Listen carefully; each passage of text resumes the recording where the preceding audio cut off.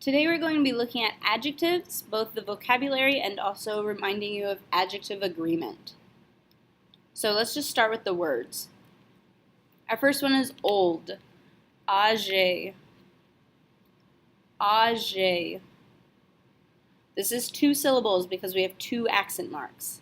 Âgé. Young is jeune. Jeune. Don't mix it up with jaune, which is yellow. Young is jeune. Little, short, small, tiny, any kinds of those adjectives, we're going to say petit. Petit. Petit.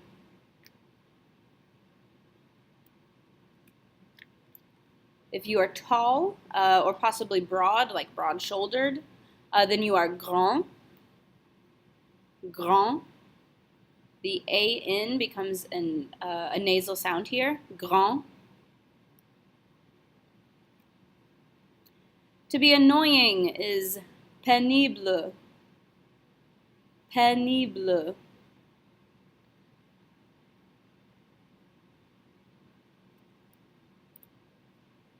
To be great or awesome, fantastic, and just a general positive word.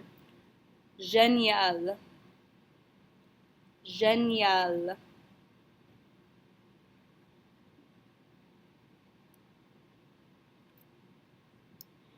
To be funny is marrant. Marrant. Again, the A-N is a nasal sound. Marrant.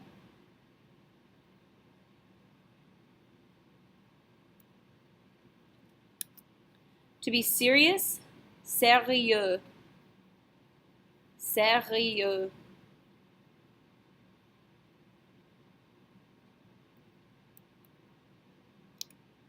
To be nice, gentil.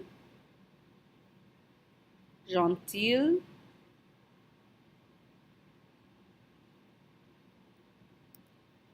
And then finally, shy is timide. Timide. So it's not timid, it's timide. Timide.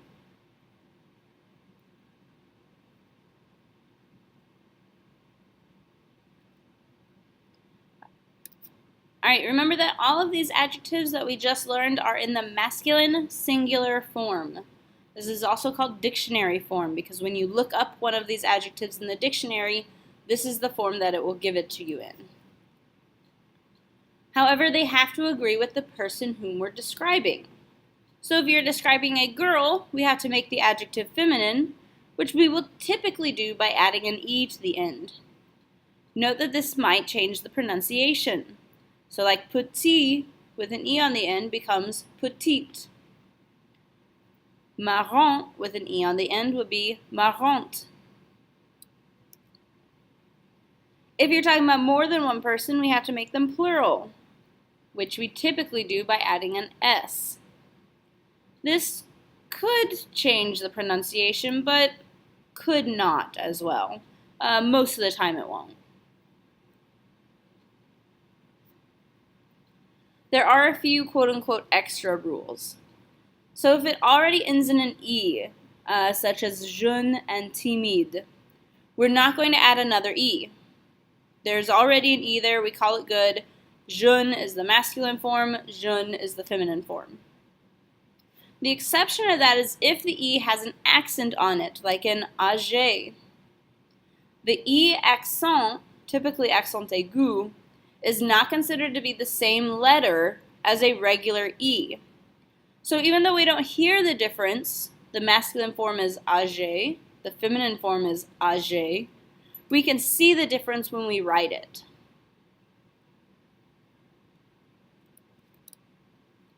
If it ends in an L, then in order to make it feminine, we have to double the L. So gentil becomes gentille.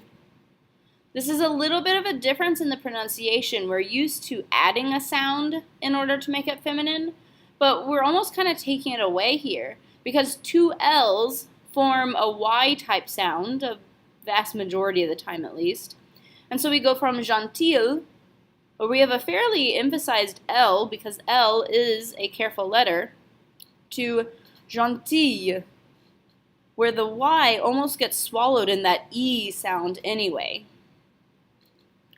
The one exception to this is actually génial. Génial becomes génial. The pronunciation doesn't change because we don't double the E. It's an exception to this rule.